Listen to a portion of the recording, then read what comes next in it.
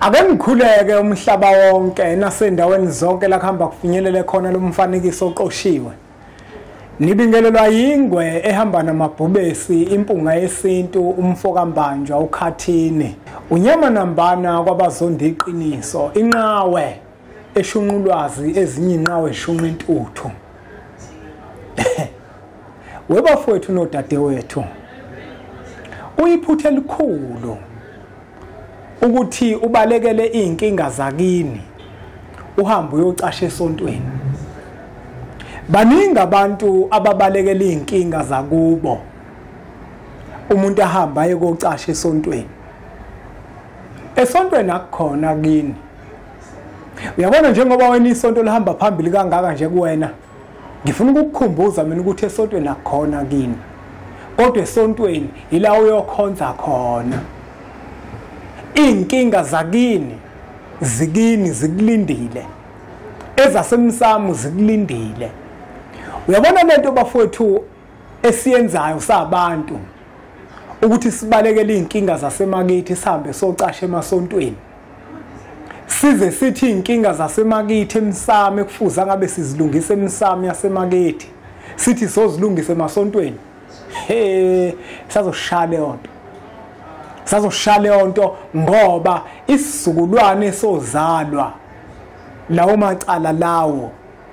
Sothi sisala leso sizukulwane lawo macala ayokwehlela kuzona. Ayikho lento bafowethu esiyenzayo ukuthi sizobalekela inkinga zasemagcekeni emizi yobaba bethu nomkhulu bethu. Sithi sizohamba socasha emasontweni konke sesizokwenza emasontweni. Ayikho le nto. Awukwazi ukuthi uzohamba uye esontweni la kufanele ngabe ukhonza khona uNkulunkulu bese wena uzitshela ukuthi uzolungisa izinto zasemsamo wakini. Akukwazi ukwenzeka lokho. Yebo ungacela ukucelayo ukuthi lezi zinto ezamacala egcekeni lomuzi wakini ukwazi ukuzilungisa egcekeni lomuzi wakini, hayi esontweni. Esontweni akhona kini esontweni. Amacala kini kufuna ukuthi uhambe walungisa emsamo wakini. Uma kunento engalungile emsamo wakini, kufanele ukuthi uyilungise khona. Makunecala emsamo wakini, udinga ukuthi nihambe nolithethe ekhaya. Ngoba likho icala bafuthi elivele liqede nje lingazange lize lithethwe. Uma kuukuthi phakathi kwekhaya kunensizwa lana eyathi mayihambe emhlabeni yahamba kade ishaya uyise oyizalayo, lo muntu ngeke uzuthwe nesontweni uzohamba uthethe icala lakhe. Kufuna lithethwe lekhaya emndenini wakhe, athole intethelelo lekhaya. Ngoba wena umuntu uzohamba uyomcelela esontweni ukuthi akaphume ejele. Uzophuma kanjani ejele icala lakhe lingathethiwe? Singanqamleli izinto sona izinto ngokuthi sihambe siye emabandleni esikhonza kuona sifike sicashe sikhohle ukuthi sinamakithi. Unekini wena, unomndeni wena. Uyabona njengoba unomndeni kubalekile ukuthi ukwazi lokho, ungathi uma ufika esontweni okhonza kulona ukhohle ukuthi wena unomndeni. Bese uthathe isonto ulibeke phambili, uthatha amalungu ebandla wabeke phambili, ukhohle abantu bomndeni. Umndeni uyinto enkulu kakhulu ngaphezulu kwabantu basesontweni. Ikini likhulu ngaphezulu kwesonto. Abodlala abantu abakhohlisayo. Ngoba kusasa kukhona usuku olizayo, usuku lokufa. Umuntu nomuntu mefa uye emndenini wakubo. Ingoba nina senasuke nadidiswa kakhulu ngalento ukuthi ukhona izulu. Okhokho bethu babengayazi yonke leyo nto. Okhokho bethu babazi ukuthi uma udlula emhlabeni uye emndenini, uyakini uma udlula emhlabeni. Lento yokuthi uyahamba uye ezulwini uyohlala kahle unethezeka ayikho leyo nto leyo. Tengekho leyo. Into efike nazi inkolo le yokuthi kukhona izulu. Uma ufa uye emndenini wakini. Bamba la. Yini enza ukuthi umuntu makade esindisiwe edelela okhokho bakhe, ethofile ufile, ebathuka ngazo zonke inhlamba. Bese kufika usuku lokufa. Makufika usuku lokufa ahambe emhlabeni nimfihle. Uma senimfihlile bese abuye. Azothi umndeni uthi akade kwenza okade kuyizimfundiso zenkolo yakhe. Useyakuphikisa manje, usefuna ukulungiselwa izinto. Uma kuukuthi izulu ke likhona usuke engayingani kulelo zulu lelo lasesontweni lakhe. afika ahlale kahle ke phela ngoba kade ehamba ngokwenqubo umgomo yebandla lakhe. Ayikho leyo nto. Wonke umuntu mefa uye emndenini wakubo, uya kokhokho bakhe, uya kogogo bakhe. Uma sisazoqhubeka sikhohlisana sibositshelana ngezulu, iyona lento ezokwenza ukuthi abantu balahla amangubo bahambe bayocasha esontweni.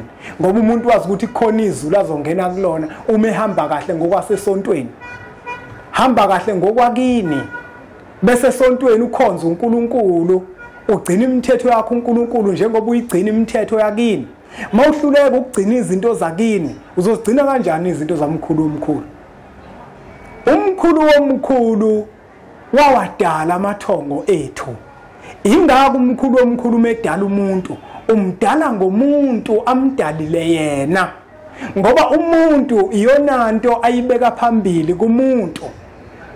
Yingakho kuthi uNkulunkulu wakho oqala umzali wakho.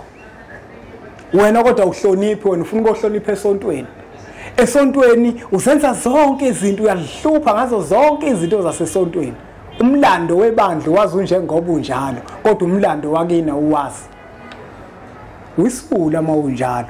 Wazi yonke into yasesontweni.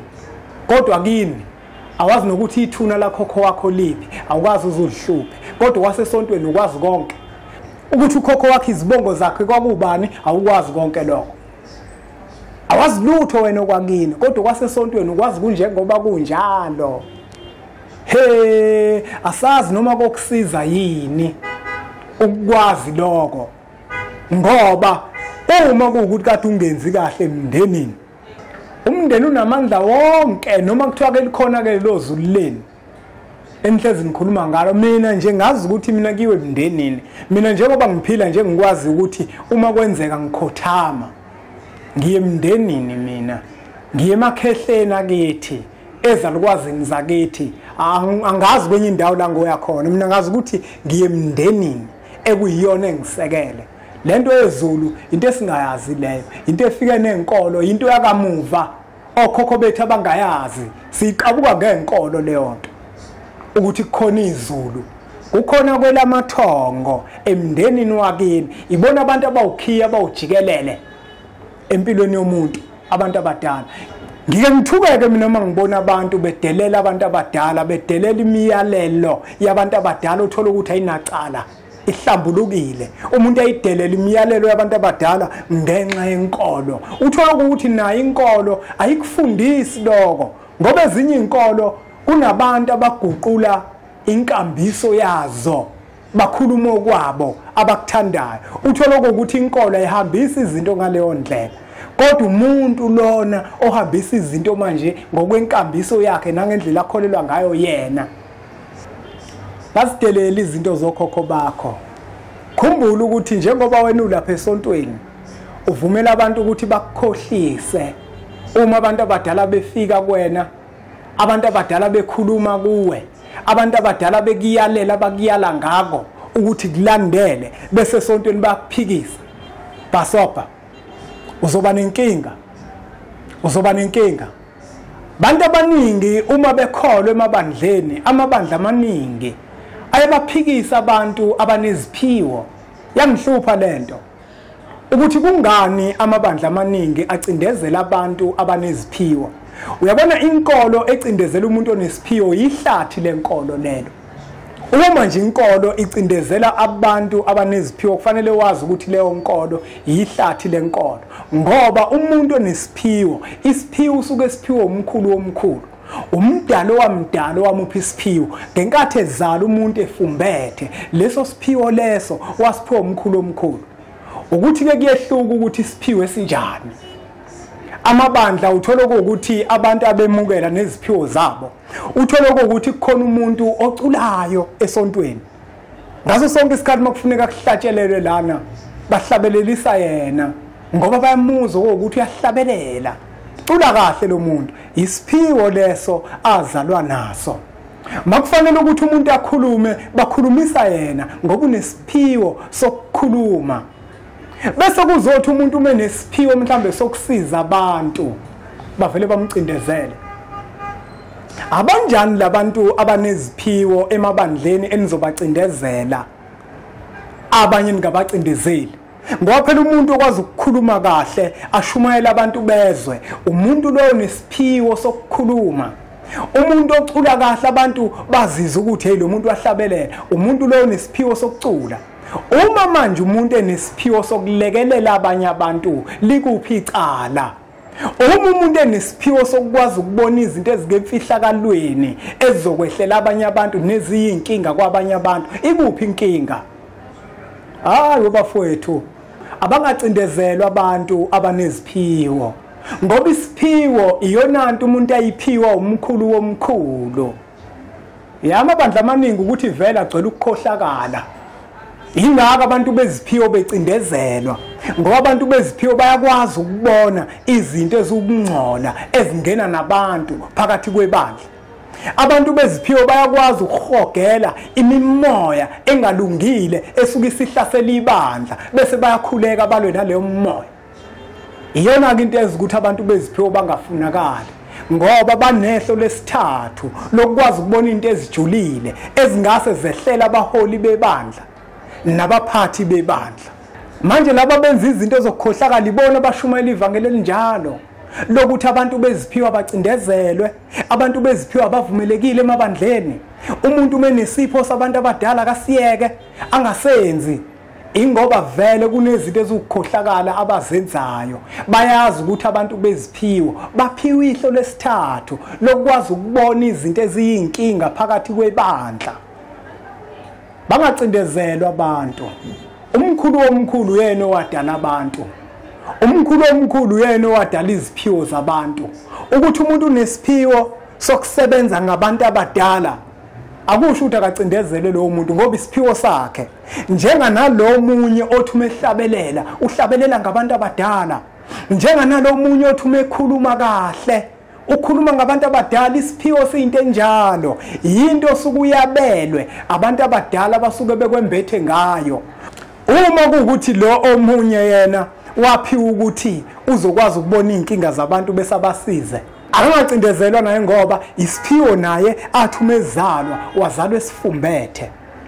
Kuyinkinga kakhulu ke ukuthi isiphiwo sakho ungasemukeli, usilahle ngenxa yenkolo. Wasilahle isiphiwo sakho. Isiphiwo sakho njengoba ukhonza uNkulunkulu kule bandla, wasiphiwa uyena uNkulunkulu. Awukwazi ukusilahla. Nabakutshela ukuthi silahle isiphiwo basuke bekubhedela labo bantu. Kunezinto ke othola ukuthi azisona isiphiwo. Njengoba ngikhuluma ngesiphiwo ngikhuluma ngento umuntu ayiphiwa, eyiphiwa yithongo lakhe, athi umezalwa wazalwa ifumbethe. Angikhulumi ngento umuntu ahambe waya kuyilanda. Uyabona? Sokunyeke lokho. Umuntu mehambe waya kolanda into, kodwa umuntu menesiphiwo suke sikhuluma ngento ehlambulukile. Ngike ngithuke mina uma ngizwa abantu abakholwa bethi hayi indaba abathandazi hayibo. Kanti wena njengoba uke esontweni wenzani ngoba uyathandaza? Manje kuyinkinga umuntu othandazayo ophiwa ukuthandaza.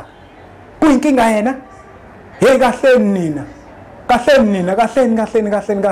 Musani ukudukisa abantu. Umuntu onesiphiwo sokuthandaza uyiphiwa uNkulunkulu leyo nto. Ngisho uNkulunkulu usuke esebenza ngalowo muntu. Ake ngikwenze lesibonelo. Mina nginhlala iSuthi mina, ngiNazaretha mina. Kodwa ake angilona mina leNazaretha elididekile. Cha. Ngoba okhokho bami bayafika kumina bangitshela izinto noshembe futhi kuyenzeka ngibaphuphe nabengixoxela izinto ezithile bangikhalime bathi khamba kanje. Uyabona amakhosi lawa sekuphakamini kakhulukazi unyazi lwezulu ilona ke mina engiliphuphayo lifike lizokhuluma kumina. Ingakho nje ngizwa ngikhuluma ngikhafula umlilo nje angisabulutho ngoba eduze kwami kukhona lona. Le nkulumo engiyikhulumayo ngiyazi ukuthi noma ngathiwa ifinyelela kuphi ayinankinga nje nencane. Uyabona? Ngizokwenzela ke nje isibonelo ngoShembe. Uyabona uShembe unengoma uShembe ayibhalile ayiyodwa futhi ziningi ingoma. uShembe unengoma ethi amathalente neziphiwo makusetshenziswe nguwe Nkosi.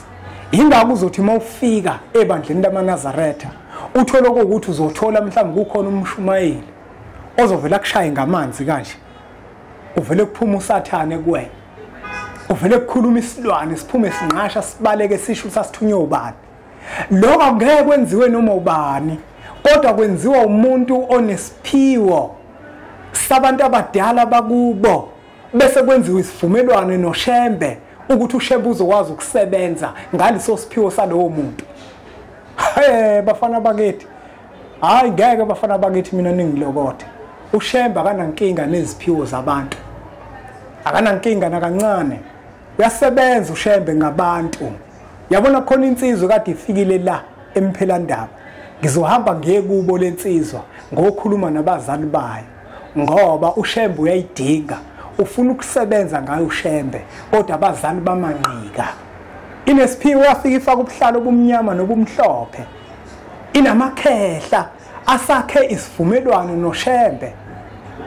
Ngoba nina niqondi nini izinto ukuthi zihamba kanjani, uNkulunkulu wabadala kanjani abantu bakhe. Ingakho nivimba yonke into abantu abaneziphiwo babukele phansi, ingoba vele abantu abaneziphiwo bayakwazi ukubona ukungcola enikwenzayo emabandleni, bese bagijime phambili bona baguqe bathandaze bakuchithe lokho kungcola.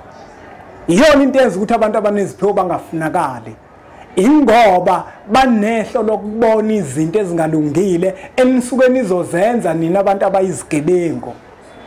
Bangene nemithi abantu enkonzweni, bangene nayo yonke into engalungile, bagqibe yonke into yokugqilaza abaholi bebandla, ngoba vele bonke abantu abalaba abantu phaqa. Kodwa makukhona abantu abaneziphiwo abanomoya, bazoyibona leyo nto bese bayaguqa bayathandaza bayichitha ingakenzeki. Manje nini bacindezelelana abantu abaneziphiwo? Abangacindezela abantu abaneziphiwo. Abantu abaneziphiwo emabandleni abantu ababalekile kakhulu, ngoba abantu abaneziphiwo ibona abazovikela ubungcwele. uNkulunkulu yena okwazi ukuthi asondele kalula kubona, kulula ukuthi asondele kubona ngoba vele baneziphiwo, kulula ukuthi asebenze ngabo. Manje mazizovala iziphiwo zabantu zilahle, uNkulunkulu uyosebenza kanjani ngabantu bakhe, ngoba kubona bonke abantu abayokwazi ukufinyelela eduze kwakhe. Hayi, angawageqa amagula ngoba ngemuki ingwele ehamba namabhubesi, unyama nambana kwabazonda iqiniso. Impunga yesintu umfoka mbanja ukhathini, umshana wakofuze fulele umashiya amahlangathi azoshumayela, umzukulu kaMdumo kaThumbula Tshatatsha kaPheshe kaMagwiyane kaVaphi kaNokhonjo. Asikhubeke njalo ke siwuthatha umfanekiso oqoshiwe sidlulisele kwabanye abantu ngoba nakubona uzoba usizo olukhulu. Bese sikhubeke njalo subscribe ku-channel ethu enkulu Impunga Yesintu TV, bese sithi nje impunga.